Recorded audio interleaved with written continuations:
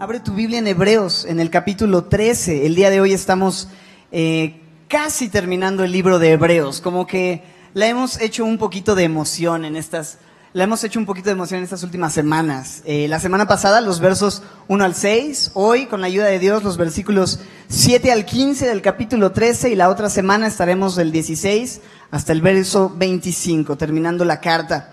La Biblia es maravillosa. Es la palabra de Dios, es viva y eficaz, es más cortante que toda espada de dos filos.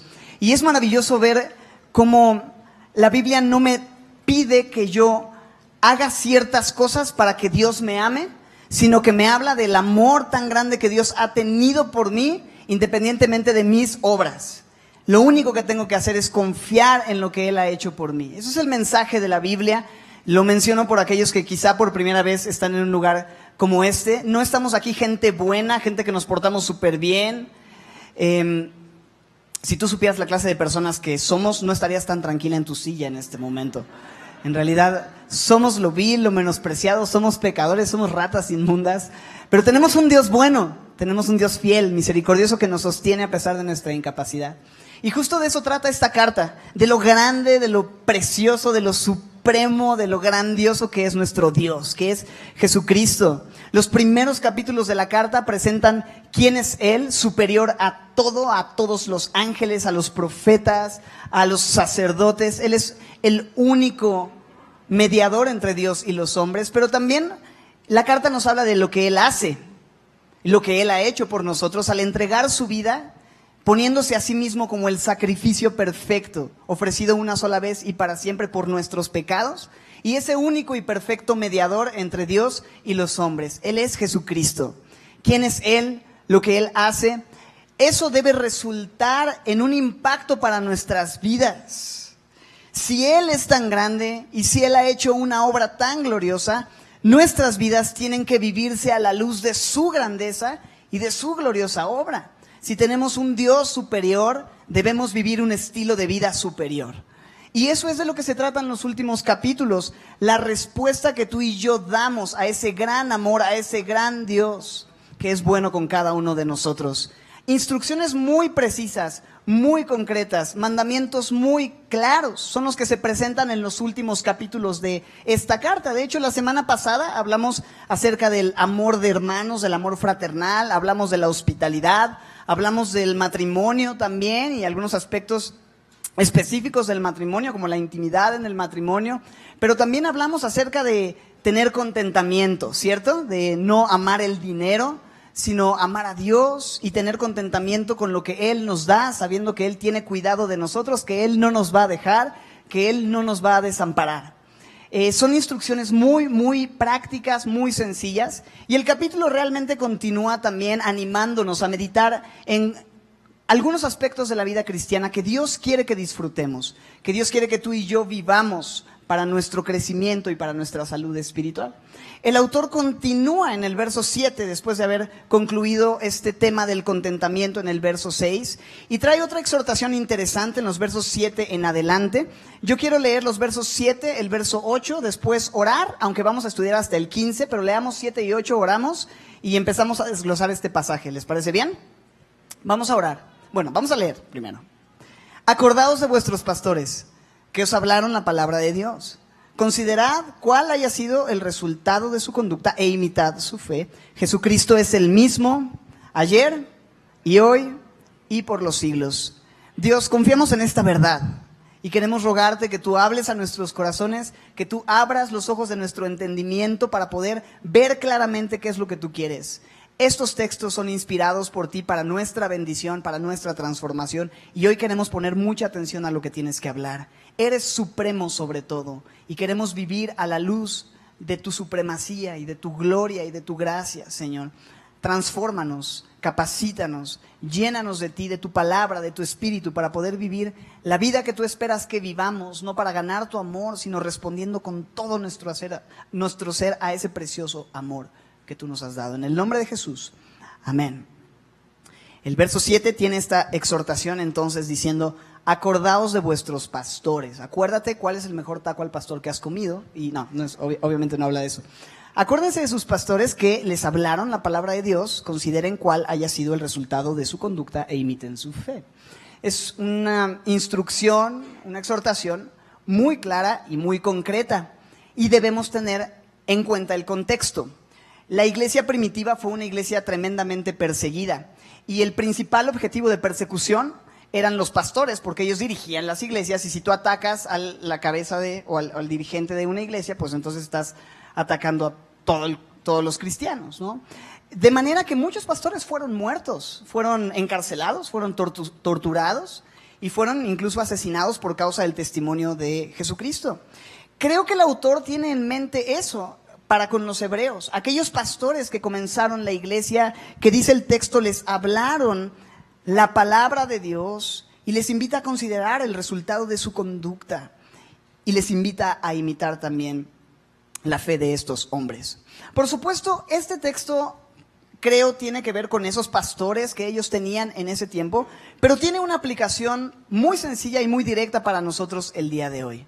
La aplicación para cada uno de nosotros es considerar, recordar en el presente a aquellos pastores que Dios ha puesto en su rebaño para cuidar de sus ovejas. Los pastores realmente son gente que Dios pone y tienen un trabajo, una gran responsabilidad de cuidar, apacentar, alimentar al rebaño que le pertenece a Dios. Debo decir que los pastores evidentemente pues no son personas perfectas, no somos personas perfectas o intachables o súper capaces.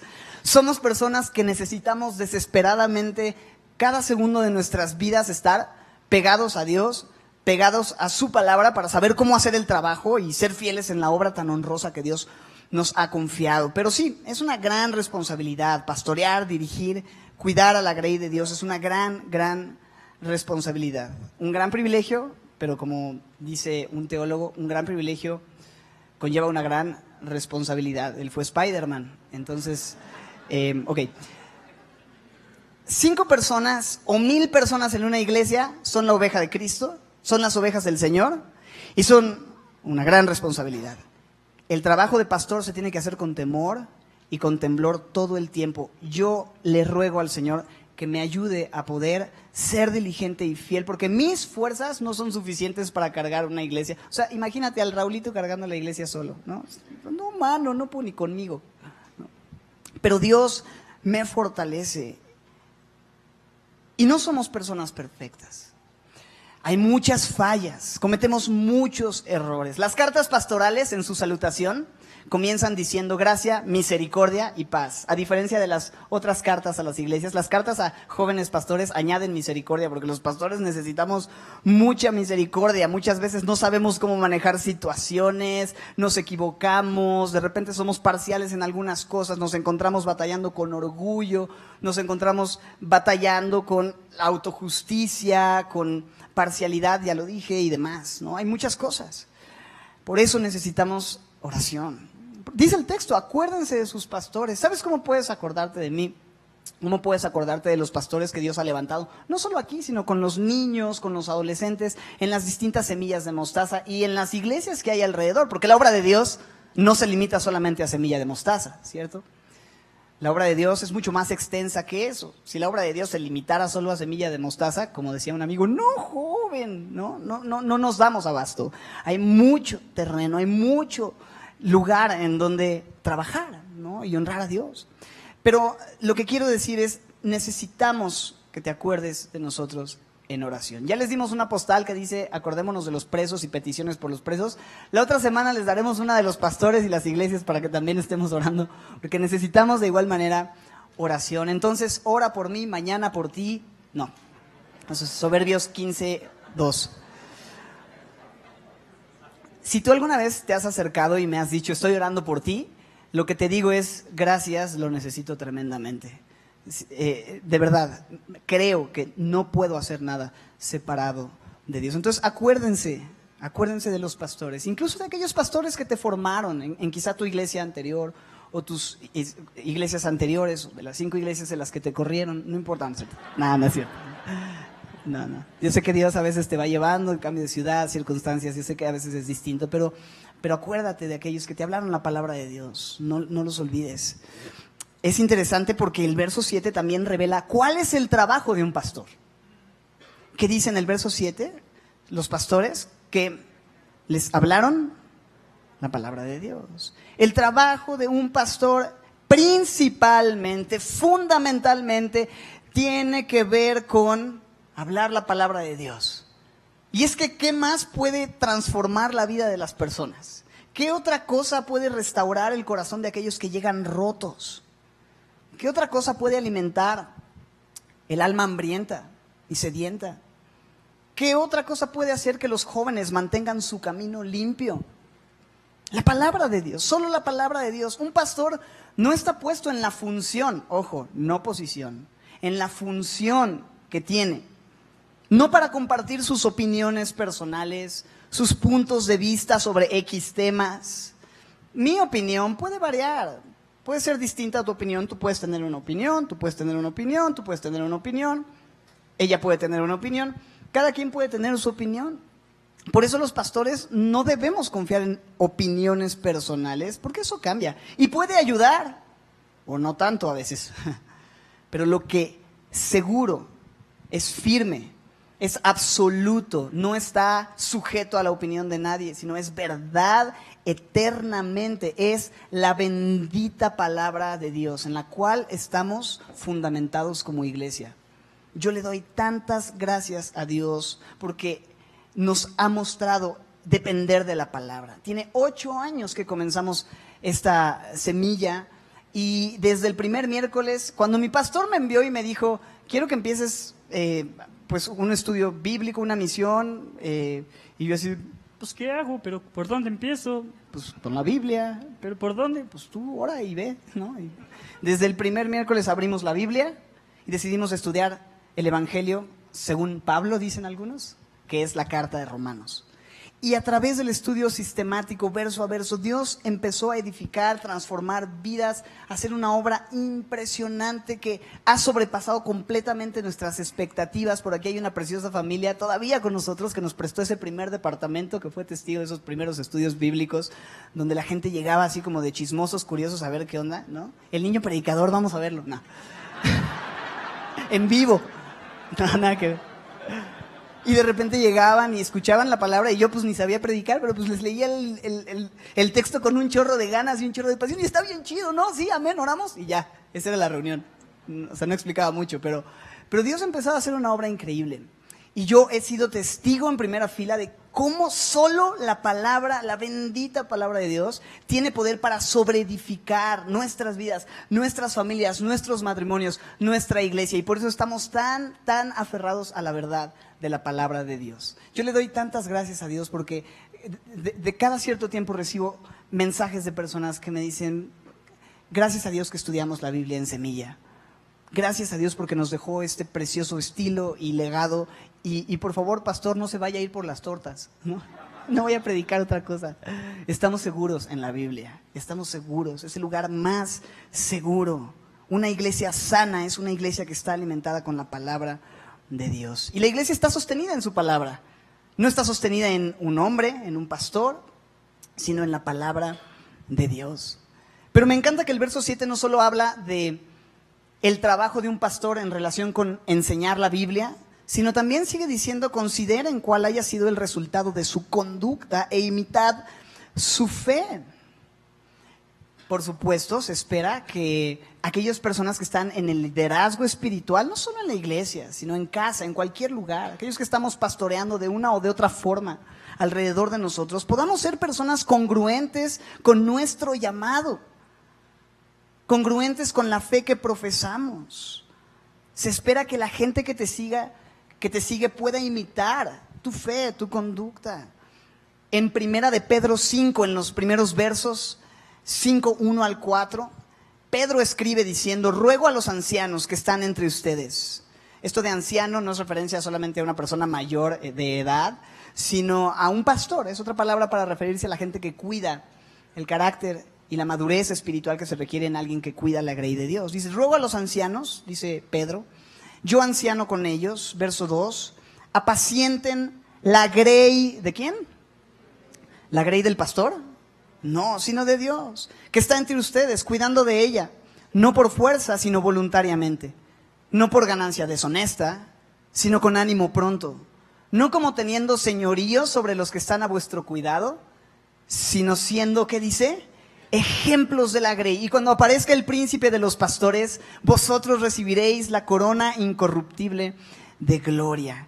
Qué importante nosotros entender que, número uno, la iglesia no es nuestra, iglesia es del Señor, pero también que es importante nosotros dirigir y pastorear con el ejemplo. Parte esencial en el llamado de un pastor está en inspirar y dirigir a las ovejas poniendo el ejemplo. Ahora, ¿esto implica que el pastor tiene que ser una persona completa y absolutamente perfecta? Pues no, porque en tal caso, pues, ¿Dónde nos congregamos, brother? porque ¿quién es un pastor absolutamente perfecto e intachable que no peque jamás? Ciertamente no hay una persona que haga el bien y nunca peque en el planeta Tierra, solo Jesús vivió de esa manera, pero fuera de él es muy complicado encontrar un pastor perfecto. El único lugar donde tú lo puedes encontrar es en Semilla, México, no. Es en el Salmo 23, es el único lugar donde hay un pastor perfecto. El Señor es mi pastor, nada me faltará. Y como solía decir el pastor de mi pastor, pero si yo soy tu pastor, todo te faltará. Entonces, no hay un pastor perfecto, solo el príncipe de los pastores, el buen pastor que es Jesús. Pero por supuesto, aquellos que estamos en una función de liderazgo, de presidir, de pastorear, se espera que podamos poner el ejemplo, no de perfección, pero sí de disposición a Dios, de disposición a la rendición. Que si fallamos, y vamos a fallar, seamos los primeros en pedir perdón. Seamos los primeros en doblar nuestras rodillas y clamar a Dios que tenga misericordia de gente tan débil y tan pecadora como lo somos los pastores en primer lugar.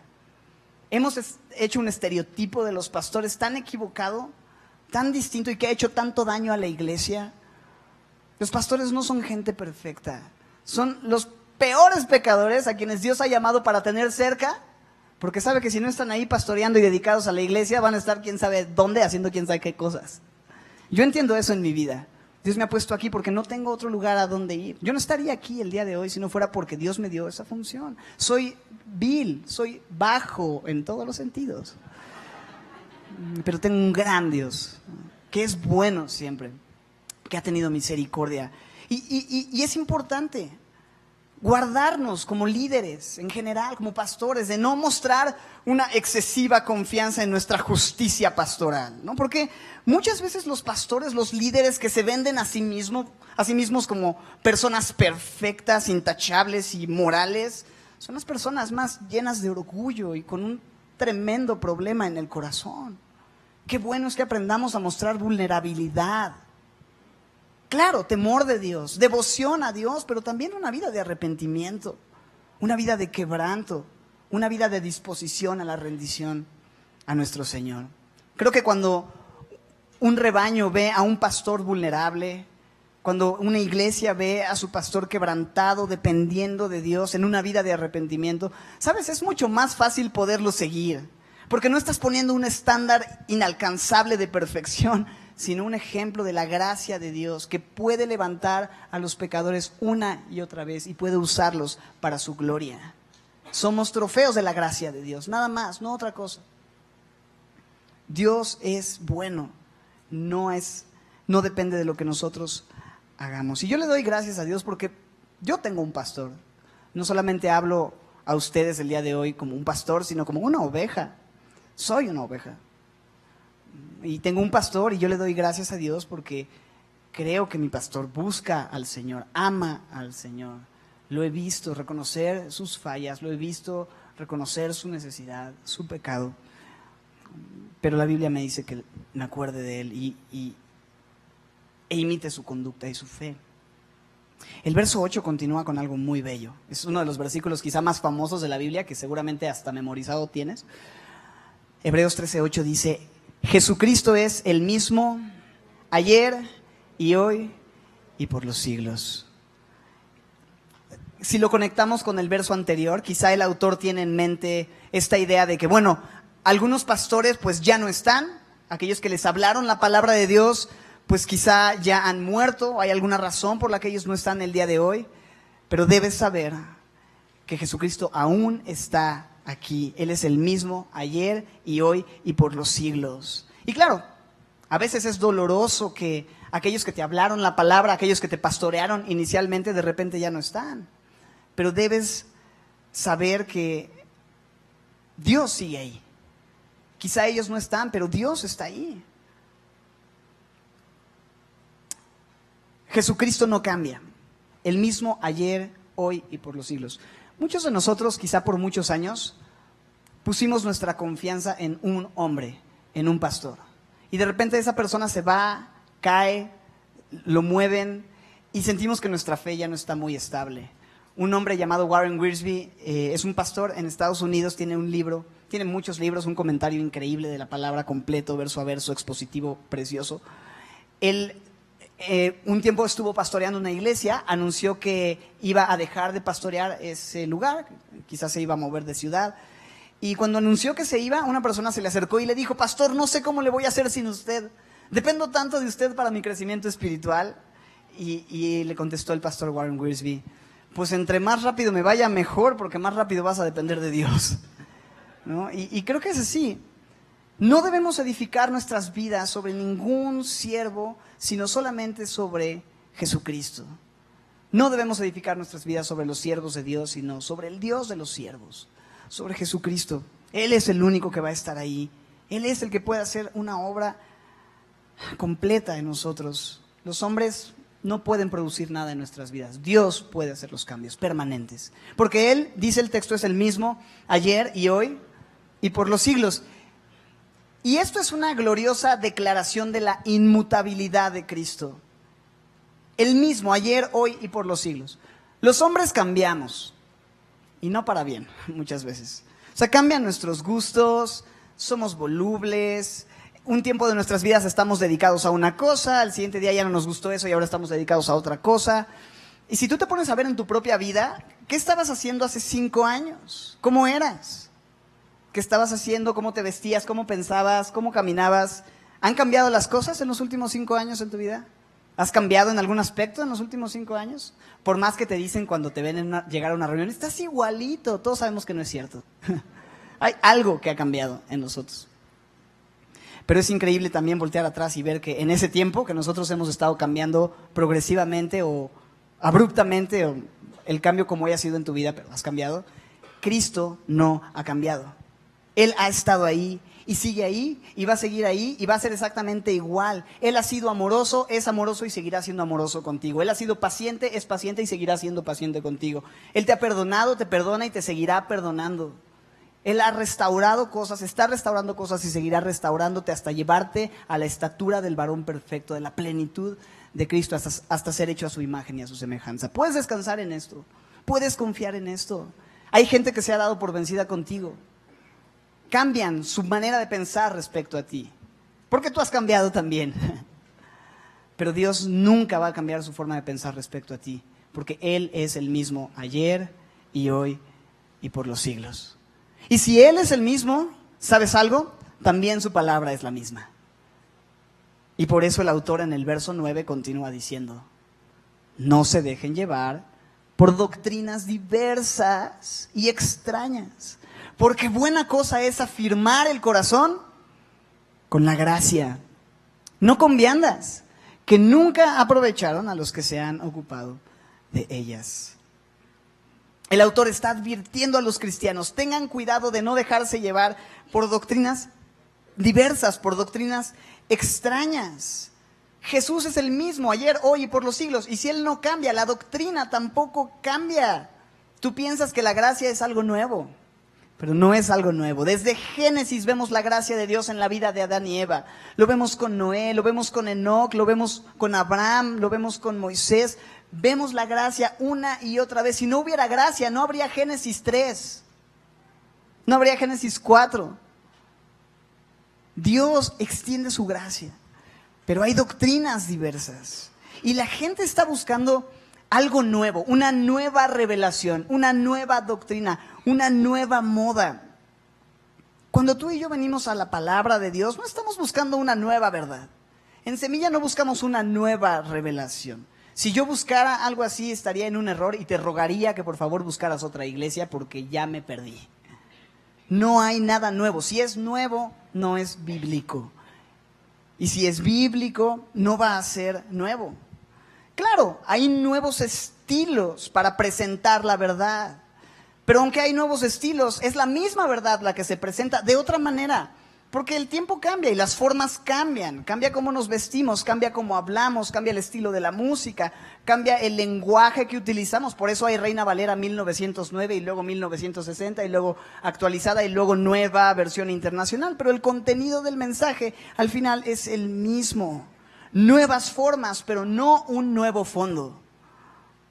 El mensaje es el mismo porque el problema siempre ha sido el mismo. El problema es el pecado.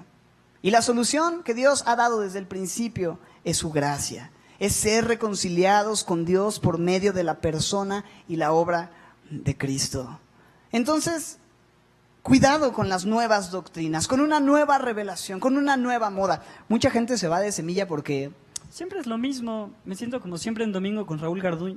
No, siempre es lo mismo con... No. los que tienen más de 30 entenderán. Pero pues yo vengo a la iglesia y siempre es lo mismo. El que tiene al Hijo, tiene la vida. El que no tiene al Hijo de Dios, no tiene la vida. Y si confesamos nuestros pecados, Él es fiel y justo para perdonarnos de nuestros pecados y limpiarnos de toda maldad. El amor de Dios no consiste en que yo lo ame a Él, sino en que Él nos amó primero a nosotros. La salvación no es por obras, sino por... Ya se lo saben todo. ¿Por qué regresan cada domingo? Porque no hay un nuevo mensaje. Y la gente de repente es que ya es lo mismo, bro. Ya, cámbiale un poquito, ¿no? Danos algo nuevo, algo relevante, algo... Pablo decía en Filipenses 3, a mí no me es molesto decirles las mismas cosas y para ustedes es seguro.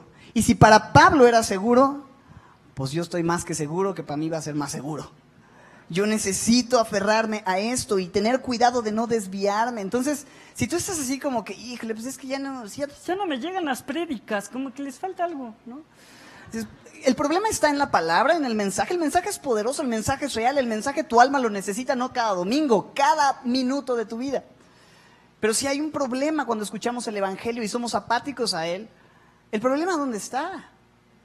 En nosotros, en nuestro corazón que quizás se ha endurecido y se ha súper familiarizado con este bello mensaje y necesitamos pedirle a Dios que nos quebrante una vez más, que nos vuelva a llevar al quebranto de llorar al pie de la cruz y darle gracias porque Él decidió dejar su trono para venir a este mundo, despojarse de su gloria, tomar forma de siervo y venir a morir por un pecador que no merecía absolutamente nada más que el infierno eternamente por su pecado y su condición, pero Él me amó como nadie me pudo haber amado y por eso mi vida tiene sentido el día de hoy y eso me llena de alegría, me llena de gozo y me llena de pasión. Y no hay otra cosa que le ponga sentido a mi vida más que eso. Y si a ti te aburre escuchar lo mismo, pídele al Señor que te quebrante porque no hay algo más glorioso y bello que predicar.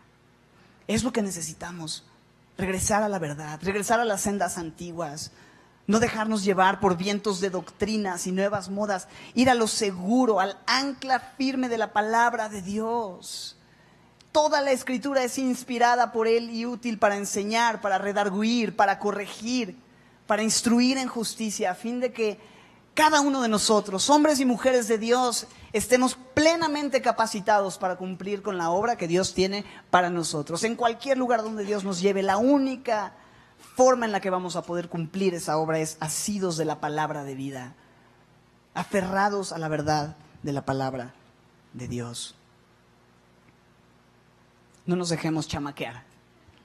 Abramos nuestras Biblias. Y cuando veas a alguien hablando muy bonito en televisión y prendes un canal, parece cristiano, está muy bien, el predicador tiene tono de cristiano y bueno, vamos a cotejar que lo que está diciendo tenga una congruencia con lo que Dios ha inspirado en su palabra y vamos a examinarlo todo, a retener lo bueno, a ser cuidadosos como aquellos hermanos de la iglesia de Berea que escudriñaban todos los días lo que se les decía para saber si no les estaban dando a tole con el dedo. Esa es la versión Raúl habla hoy. Para ver si las cosas que les estaban diciendo eran verdad. Así que no nos dejemos llevar por doctrinas diversas y extrañas.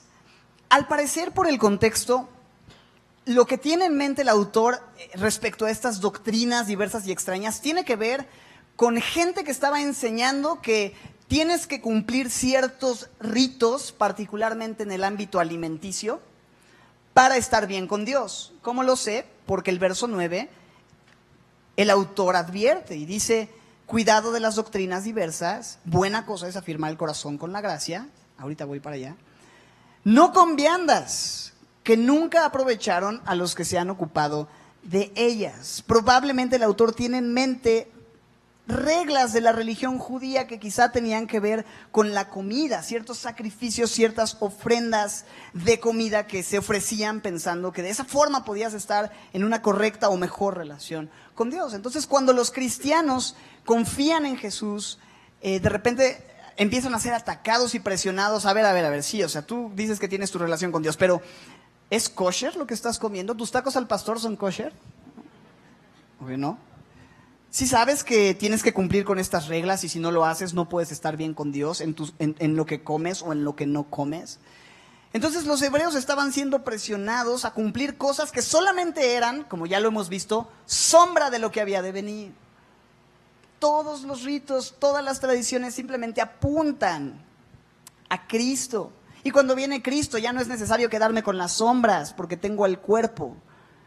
Siempre he dicho esto de que es como si mi esposa viene hacia mí y de repente yo veo su sombra, tiene un tiempo que no la veo, ¿no? Se fue de algún retiro espiritual y viene levitando en el espíritu. Y la veo venir y de repente veo la sombra y yo veo la sombra de mi esposa y me agacho y la empiezo a abrazar y a besar. Y sería así como: ahí viene tu esposa, ¿por qué te quedas con la sombra? Bueno, algo así es lo que sucede cuando te quedas no con Cristo, sino con los rituales y mandatos que tienen que ver con quién es Cristo. Debemos tener cuidado con eso. Y aquí habla de ciertos alimentos. Ahora, esto de las viandas, esto del alimento. ¿Estoy mejor en una relación con Dios si yo como ciertas cosas que si yo no como ciertas cosas? Mi alimentación no me pone en una mejor o peor relación con Dios. ¿Alimentarte bien sirve de algo? Pues sí. Te puede dar fuerzas, te puede dar vigor, te puede dar lucidez para poder servir a Dios de muchas formas. Pero eso no te va a servir en tu relación con Dios. En tu salud, y lo que con tu salud puedes hacer por Dios, sí. Pero no en tu relación con Dios. Debemos tener cuidado de pensar que porque comemos algo somos más espirituales o porque no comemos algo no somos espirituales. La gente que come súper bien y ensalada y todo orgánico y todo cultivado en su propio jardín y demás, tiene las mismas pasiones pecaminosas que una persona que come pizza grasosa y con Coca-Cola todos los días y como amén, me confieso, ¿no? Y estoy buscando engordar un poco, pero no lo logro, entonces es la gracia de Dios, mis hermanos. Tengo pasiones iguales que el brother más crudo vegano que hay en este lugar. La victoria sobre la carne no está en mi comida o en mi fuerza de voluntad para comer o dejar de comer algo. La victoria sobre el pecado está en la cruz. La victoria sobre la carne está en lo que Cristo hizo. Y eso es lo que nos va a servir a los que decidimos comer algo o no comer algo. Entonces nadie te juzgue en comida ni bebida. No, hay cosas que tienen cierta reputación de espiritualidad, pero no tienen ningún provecho en contra de los apetitos de la carne, dice Pablo en Colosenses. Solo hay dos posiciones delante de Dios: sin Cristo o en Cristo. Si estás sin Cristo, no hay nada que tú puedas hacer para mejorar eso, solamente confiar en lo que Cristo ha hecho. Si estás en Cristo, no hay nada que tú puedas hacer para mejorar la posición que tienes, porque Él te ha aceptado, te ha amado y te ha perdonado por Cristo, no por ti. Entonces, no hay nada que tú puedas hacer si ya eres cristiano para mejorar tu posición delante de Dios. Él es quien te hace acepto ante el Padre, no lo que comas o no comas. Y esto aplica no solamente, por supuesto, a la comida, sino a cualquier cosa que pienses que si tú haces o no haces, te va a llevar a estar más cerca de Dios. Eso no es lo que la palabra de Dios nos dice. No se trata de lo que hagas, se trata de afirmar nuestro corazón ¿en qué? Verso 9, chécate, es hermoso. Buena cosa es afirmar el corazón con la gracia. Esa es la doctrina a la que me debo de aferrar. No si como, no como, no si hago, no hago, no. ¿Qué tan bueno, qué tan malo soy? ¿Qué es lo que Cristo ha hecho? La gracia me habla de ese regalo inmerecido e inalcanzable en el que yo no tengo nada. Yo no tuve nada que ver en lo que nos detuvieron. No tuvimos nada que ver en nuestra salvación. Dios hizo todo. Él nos ama, Él nos perdona, Él nos recibe. Y yo tengo que vivir mi vida cristiana aferrándome a eso, a la gracia. ¿Qué va a pasar si yo vivo mi vida cristiana fundamentándome en una doctrina que no es la doctrina de la gracia? Cualquier doctrina que me lleve a confiar en mi desempeño, pues cuando todo vaya bien y te estés portando súper bien y estés leyendo la Biblia y estés yendo a la iglesia y estés caminando con el Señor, pues te vas a sentir muy cerquita de Dios, será lo que soñamos. Pero el día que tú peques, el día que tú te desvíes, el día que tú falles, ¿sabes qué? Te vas a sentir ya no tan cerquita de Dios y no será lo que soñaste. Y te vas a sentir lejos y te vas a sentir frustrado. Por eso descansar en la gracia es lo mejor. Porque vas a sentirte confiado cuando vas bien, pero también cuando las cosas van mal vas a poder tener descanso. No confiado de que, al fin Dios me perdona, no, sino decir, ok, fallé, pero sé que Dios está ahí una vez más para mí. Y voy a poder relacionarme confiado con Dios. No se trata de lo que yo haga. Cristo lo hizo perfecto. Entonces yo puedo venir y puedo descansar en que si fallo, Él me va a levantar, Él me va a ayudar, Él me va a recibir. Y tu mente y tu corazón van a encontrar esta estabilidad que pocas veces tenemos en la vida cristiana. Porque ¿a poco no? A veces nuestro corazón está así como que como en una montaña rusa espiritual, con altas y luego bajas y luego altas y luego bajas, y a veces las bajas ya no se ve que vas a subir, pero boom, de repente te levantas y... ¿Sabes qué? La estabilidad en la vida cristiana la vas a poder tener cuando descanses en la gracia de Dios, en su amor, en su obra, en que depende de Él. Deja de darle razones a Dios para que te ame. Él ya te ama. Recíbelo, descansa en eso y deja que eso te restaure, te transforme, te renueve. La gracia de Dios no cambia. Jesús es el mismo ayer, hoy y por los siglos. Su palabra es la misma ayer, hoy y por los siglos. Su gracia, su amor, su perdón son los mismos. Dios no te ama menos hoy que el día que confiaste en Cristo. Dios no te ama menos hoy que has pecado. Hoy que habiendo conocido la verdad caíste nuevamente en ese pecado. Que cuando llegaste y recibiste su perdón por primera vez y lloraste tu condición y le entregaste tu vida y empezaste a caminar de su mano. Yo no amo ni más ni menos a Rodrigo y a Andrés que cuando nacieron. Bueno, mi amor va creciendo cada vez más por ellos, pero nunca va a disminuir, porque son mis hijos. Y Dios te ama de la misma forma. Y desde antes de la fundación del mundo, sabiendo quién eras, cómo ibas a vivir, qué pecados ibas a cometer, dónde la ibas a regar, con quién te ibas a casar, que te ibas a divorciar, que te ibas a volver a casar. No sé cuál sea tu historia, pero Él ya sabía toda tu historia. Y aún así decidió amarte. Y decidió revelarse a tu vida. Y ese es el Dios que tenemos. Ahora, la gracia de Dios, como dijimos, no me lleva a vivir como se me antoja. Porque mira lo que dice el verso 10. Tenemos un altar.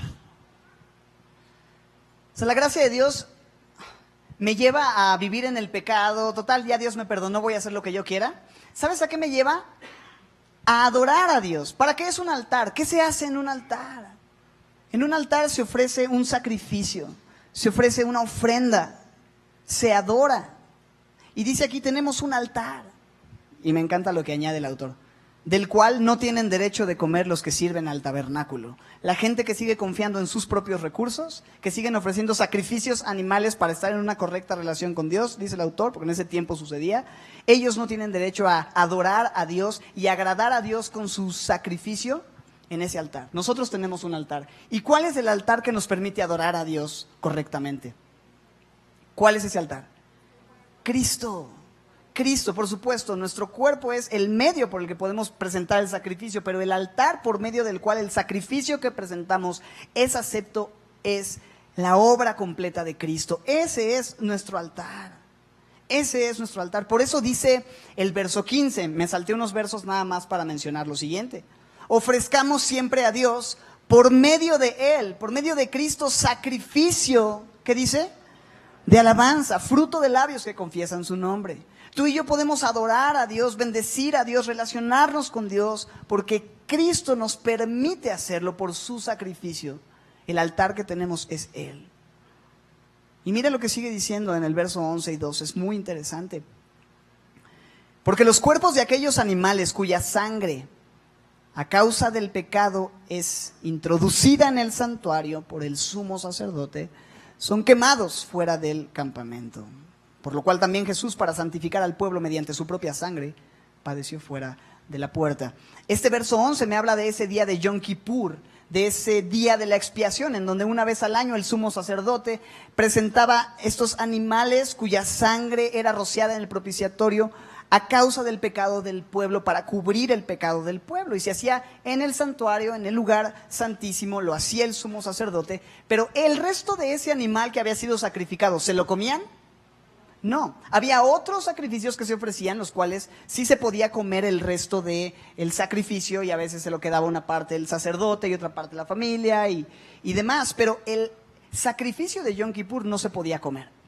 El sacrificio de Yom Kippur tenían que sacar, dice el verso 11, fuera del campamento lo que quedaba y se quemaba hasta que se consumiera. Y eso es una analogía o es una imagen de lo mismo que hizo Jesús. También Jesús, para santificar al pueblo mediante su propia sangre, padeció, ¿qué dice? Fuera de la puerta. Jesús no ofreció un sacrificio imperfecto, sino un sacrificio perfecto para siempre. Los animales de Yom Kippur cubrían el pecado, el sacrificio de Cristo quita el pecado del mundo. Y Él padeció fuera de la puerta, como ese Cordero de Dios, simbolizando esa expiación perfecta que por muchos años los judíos estuvieron haciendo año tras año, esperando a que un día pudiera venir ese Cordero perfecto, y vino en Jesús. Ahora, hay algo interesante cuando habla de que Jesús salió de la ciudad y fue quemado afuera. El verso 13 nos hace una invitación, ¿ok? Jesús fue sacrificado fuera del campamento y nos invita a hacer algo. Salgamos pues a Él fuera del campamento, llevando su vituperio. Muy interesante, porque no tenemos aquí ciudad permanente, sino que buscamos la porvenir. Así como Jesús sufrió fuera del campamento, porque Jesús sufrió la cruz, fue doloroso, fue difícil, padeció, fue vituperado, fue rechazado. ¿Dónde fue rechazado? ¿Dentro de la ciudad o fuera de la ciudad? Dentro, pero se consumó su muerte y su obra fuera de la ciudad. Ahí fue donde Él terminó de consumar la obra de entregar su vida, sus vituperios. El autor dice, salgamos a Él, vayamos fuera del campamento. Y esto es muy interesante porque es como una invitación a salir nosotros también de la ciudad. Porque dice, no tenemos ciudad permanente, salgamos fuera de la ciudad, fuera del campamento. Si Jesús fue sacado de la ciudad y fue vituperado, nosotros tenemos que salir con Él. A veces queremos quedarnos en la ciudad. A veces queremos hacer lo que Jesús no hizo, caerle bien a todo mundo en la ciudad y terminar gobernando la ciudad. Y a veces tú y yo en el mundo como que decimos, no, los vituperios, yo les voy a caer re bien. Yo sí les voy a decir como los cristianos sí somos buena onda. Y a mí eso de los vituperios, de la tribulación, a mí no me va a llegar. Pero es necesario que si tú eres un seguidor de Cristo, pases por un proceso de rechazo por causa de la fe. Es lo que dice Jesús en el Sermón del Monte, después de haber dicho que son bienaventurados los que lloran. También dice, bienaventurados son cuando por mi causa los persigan, los vituperen y digan toda clase de males contra ustedes mintiendo. Su galardón va a ser grande en el cielo. Y Él dijo en Juan 15:19, si ustedes fueran del mundo, el mundo los amaría, pero no son del mundo. Antes yo los elegí del mundo, y es por eso que el mundo los aborrece. Acuérdense de la palabra que les he dicho. El siervo no es mayor que su Señor. Si a mí me han perseguido, no juzguen. También a ustedes los perseguirán. Si han guardado mi palabra, también guardarán la suya. Pero todo esto les van a hacer por causa de mi nombre, porque no conocen al que me ha enviado. Y la palabra nos dice que todo aquel que quiera vivir piadosamente, padecerá persecución. No puedes evitar la bronca en la vida cristiana. No puedes evitar el rechazo. Si eres un cristiano auténtico, va a haber un momento en el que vas a tener que tomar una decisión. Te van a atribular por dejar tu antigua religión o por ya no participar de ellos con ciertos pecados, pero vas a tener que salir fuera del campamento y participar de los mismos vituperios que Cristo y ser rechazado. Y si a Él hicieron eso, a ti te va a tocar lo mismo. Entonces no te sorprendas de las pruebas, cuando vengan las pruebas, como si algo extraño te aconteciera. Debes saber que eso es algo que sucede como parte de la vida cristiana. Pero hay mucha gente que cuando vienen las pruebas, ellos dicen que han tomado una decisión por Cristo, pero cuando vienen las pruebas, desmayan y tiran la toalla. Y por eso la carta es una invitación a no volver atrás. ¿Te acuerdas? Es una exhortación. No somos de los que retroceden para perdición, sino de los que tienen fe. Tenemos que seguir adelante con nuestra fe a pesar de las dificultades, porque van a haber dificultades en la vida cristiana. Entonces identifícate con Jesús en eso. Dice Spurgeon lo siguiente, porque esta idea de dejar el mundo, de dejar la ciudad y salir, porque más adelante dice que no tenemos una ciudad permanente, sino que buscamos la porvenir, que salgamos como Él salió. Pero me encanta lo que dice Spurgeon: si tú puedes habitar con los perversos, si tú puedes vivir como ellos viven, si sus prácticas son tus prácticas y sus placeres tus placeres, entonces su Dios es tu Dios y tú eres simplemente uno de ellos. No existe el ser cristiano sin dejar atrás el campamento del mundo, aunque eso cueste tribulaciones. Vale la pena seguir a Cristo, cueste lo que cueste, pase lo que pase. Esa es la enseñanza que tenemos de Él.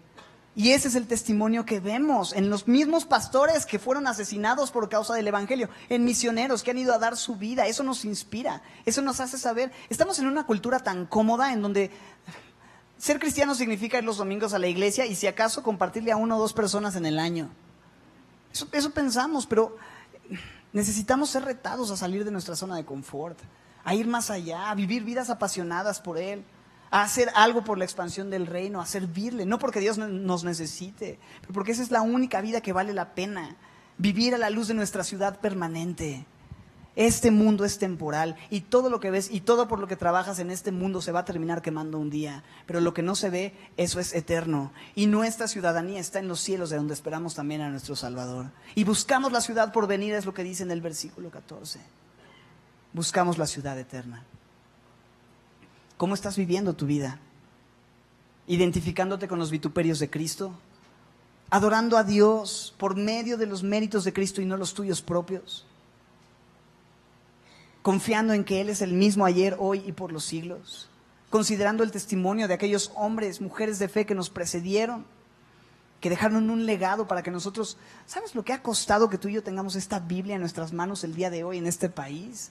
Ha costado sangre de gente arrastrada, torturada, aserrada, para que tú y yo tengamos la libertad que hoy tenemos. Considera eso, considera el resultado de su conducta, imita su fe, vive una vida rendida al Señor, creyéndole, tomando decisiones radicales, quitándote el miedo de hablarle a la persona que has estado dudando. Díselo.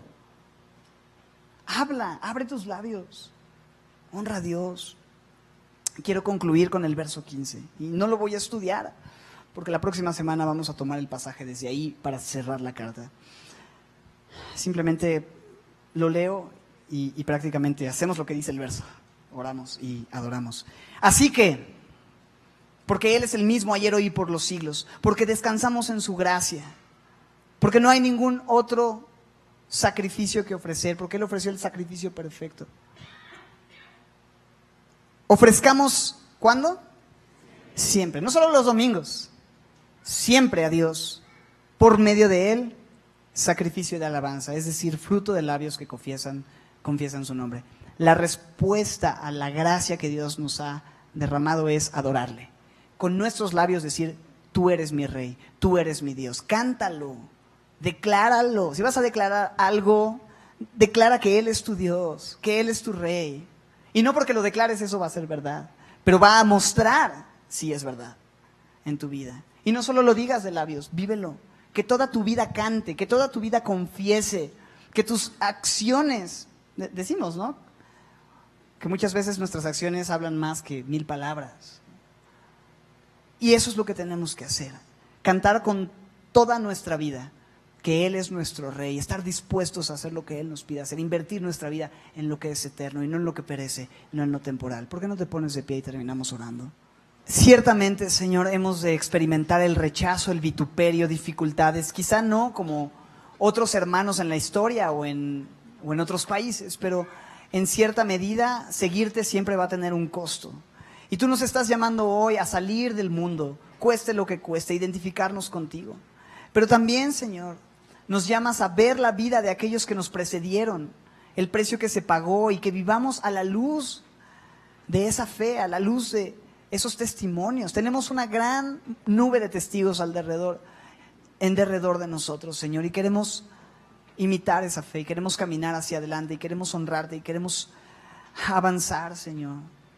No nos permitas distraernos con cosas temporales, permítenos descansar en ti, confiar en ti, invertir en ti, amarte con todo nuestro ser. Gracias por este tiempo, Señor. Gracias por tu palabra que siempre es puntual, siempre nos habla directo al corazón. Yo te pido que no seamos solamente una iglesia de oidores olvidadizos, sino que podamos ser hacedores de tu palabra. Hoy venimos a presentar este sacrificio de alabanza, nuestras vidas rendidas, nuestros corazones. Levantamos nuestras voces, fruto de labios que confiesan tu nombre, juntos como iglesia, a una voz, levantamos nuestra alabanza a ti, Señor. Cantamos que tú eres fiel, que tú eres el mismo ayer y hoy y por los siglos. Y en eso descansamos y por eso te adoramos, en el nombre precioso de Jesús. Amén.